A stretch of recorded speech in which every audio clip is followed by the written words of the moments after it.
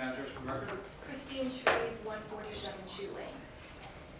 So I think what is stressing everybody out back here is understudy leaves room for it to be sitting inside the park.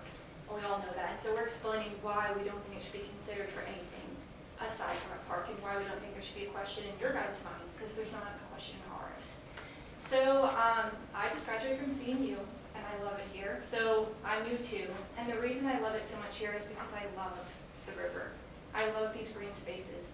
And I just graduated with a degree in psychology and religion, and I actually have been doing some research on the psychological impact that green spaces have on communities and individuals. So I thought I'd share some of that with you. So in a study done in 2015 by Lobo and colleagues, there were, it was in India actually, there was a neuroimaging study looking at how the amygdala was affected by green spaces. And they studied the amygdalas of people in places with natural environments and urban environments. And what they found is in urban environments, the amygdala was more active. So the amygdala is basically what is known for controlling anger, depression, anxiety, like negative emotionality. And so individuals who had urban environments and no natural spaces had more active amygdalas, meaning they would have these more negative emotions, more negative feelings. And so this study really suggests that these natural spaces are important for our mental health, for our well-being.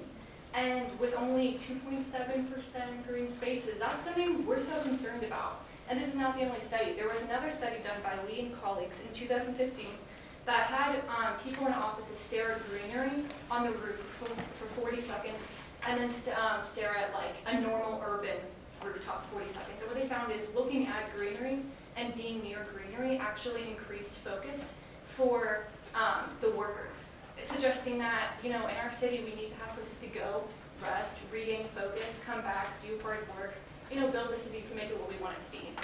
Another study by Mahler and colleagues in 2006, it was actually a meta-analysis that looked at studies analyzing how natural spaces impacts the urban dwelling individuals.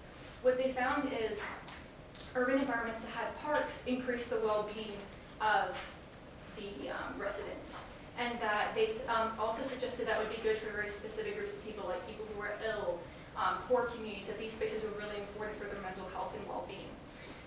And another study done by Lee and colleagues in 2015 looked at the sympathetic nervous systems of individuals who were working with computers and then individuals who were working with plants. And people who were interacting with nature, they found that their blood pressure was lower because they were more relaxed, they were soothed, they were calm. And so basically what all these studies are suggesting is these spaces are so important for our mental health. All of us, you know, when we're having a long day, we want to go outside, watch the sunset. And as a CMU student, I know that is something that people crave. I talked to my friend last week, I'm like, gonna stay in the area? And he was like, no, there's not enough like natural environment here, and I need that, and I love that. And that's the way everybody feels. And to take away more of it just doesn't make sense, and that's why we don't want it to be a question of understudy. We don't want it to be a potential for anything. I don't think commercial, as in like building shops there, is good either. We can have that in so many other places, but we don't have the space, and once it's gone, we're not gonna like tear up the concrete later and like replant grass and trees. That's just not gonna happen, and so that's why it's just not a question for us. But thank you guys for listening. Thank you very much. Bazemore, I reside at 1004 Hampton Avenue in Newport News.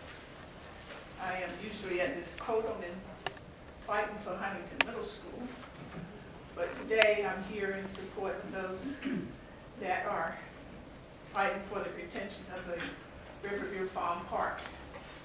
And I want to tell you guys, if it's any consolation to you, if it takes them as long to decide this issue as it has taken to develop the southeast part of Newport News, you all can enjoy your park for about another 25 years. It's previously been said that we have enough buildings in the city, and what we are looking for is green space. We are destroying the beauty that God created for dollars. The destruction of the park is about money. Keep the green in the city. Give us an opportunity to breathe some fresh air somewhere. because we can't do that in southeast Newport News either. So I'm just here today to tell you all to keep up the fight. We want to see a park. Thank you. Thank you very much. Rodgers, Christopher Newport University. I'm looking to stay more long-term though, so I'm looking for a house currently. But yeah, I just wanted to, I'm going to be brief for time's sake, but just emphasize from a CMU student the importance of having parks nearby and waterfront access specifically. I know that there's not a lot of, Lionsgate Bridge, but besides that, there's not a lot of access to the water, and that's a very important time in my days as a student to be able to go to the waterfront and experience like more relaxing times there in a high-stress environment, which is school. So I think it is a very important thing to have a riverfront park. Likewise, I am a photographer and an artist, and I have a lot of creative friends as well, and it is a really amazing space to be able to take photos and experience nature and yeah, just make art in those locations as well. So thank you. Thank you very much. Appreciate that. I'm at 147 Shreve. I'm also a CMU student. So I don't have any statistics or studies for you. I just have my story and the stories of my friends. I, like many others in this room, request that the comprehensive plan remove any references to Ridderoff Farm Park as understudy or other consideration for any use other than for the free public. Green space is extremely important to young people, it's important to myself and my friends who came here with me, and my peers and other students at CNU. We live to see the sunsets on the James, and we take every chance to find places where we can spend time outdoors after being cooped up in class all day. This is important to our mental health, as my friend Christine just mentioned to you all. Riverview Farm Park is an important part of the Newport News community. And young people like me and my friends who came here today are looking for more places where we can gather together and appreciate nature. This is one of the biggest reasons why many of my friends became and are becoming residents after they graduate. They want to stay in the Newport News community. Many of them came from Northern Virginia and fell in love with Newport News because of places like Riverview Farm Park, and they want to be on the peninsula surrounded by all this water. Riverview Farm Park provides that access. Places with open water and adventures. I think people underestimate that places like Riverview Farm Park is one of the biggest draws to Newport News for people my age. Please allow it to exist as a protected public parkland so me and my friends can be able to have a free place to explore and appreciate the water and the city of Newport News that we love. Thank you very much. Generation coming up being involved. We thank you for being here. My name is Rachel Chung. I'm from 147 Shreve. I'm also a recent CMU graduate, and I believe in preserving the park just to be a place of nature. And one of the things that drew me to coming and living here at CMU, and now as a recent graduate, I just fell in love with the natural environment that's around here. And I think it would be really awesome to just continue to preserve that and find that, to keep that as an importance in the community. And as an artist as well, like I just love just being around nature and just seeing all the, just like the natural environment and just what Newport News has to offer with that. So I think that it's really important to preserve that and having the park as a green space. So, thank you very much.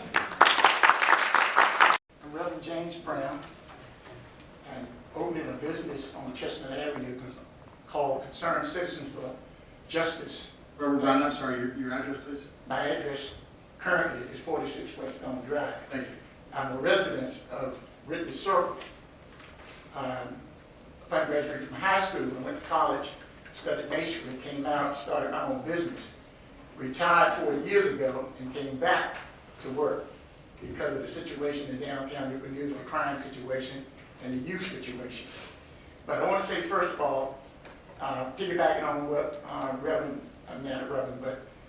Don Green has said about the green area.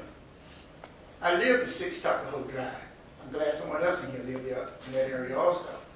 And I have 4 kids that graduated from Minchfield High School. So while I was living off of Tuckahoe in Deep Creek section, we visited that park. And it's a great park. It's a great place for people to go to relax. But I say that to say that we can't keep knocking down trees and getting rid of green areas. The lower section of Newport News today is highly contaminated because of all the smog and the lack of trees and green area. The land is contaminated down there. Someone mentioned earlier about the plan for the future, the buildings and things that should have been taking place. That hasn't happened. 2008, that stuff was approved by the city.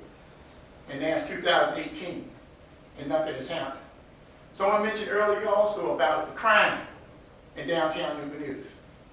Well, where there's no vision, the people perish. The pastor can agree to that. Where there's no vision, the people perish. Where there's no opportunity for young people to better themselves, they turn into crime. The city needs to do a better job of providing places where young people can go to get jobs and be trained. The center that I'm opening up is called Concerned Citizen. But in that center, what I'm doing is teaching trades, training people, and teaching them skills so that they can earn a job. I'm teaching them masonry. I'm teaching them painting. I'm teaching them how to install carpet. I got people coming in doing electronics and electricity. Because we don't have it. This city is an industry city that has all these trades. But our kids are not getting used to them. They're not being given an opportunity to learn the trades. Many of them don't have cars, so they can't go out to the tech centers and everything. So on 27th Street, downtown Newport News, in the heart of what y'all call the ghetto, I'm opening up a school. I would like to get some support from the city as far as the business end is concerned, that we might be able to support these young people. Because it's no more dangerous downtown than it is in other areas of the city. I've lived in Deep Creek. I now live in Farmington, where they have crime. They have crime all over the city. But in the downtown area, most of the crime or the criminals that come down here, they don't live in the city. They don't live downtown. They're coming from other areas, doing their shooting and stuff. They don't live down here. So what I want to do is to give the children, the young folk down here, an opportunity to have some skills and some training to make some money so they won't be encouraged to go into gangs and commit crime. Can I get some support from the city on that?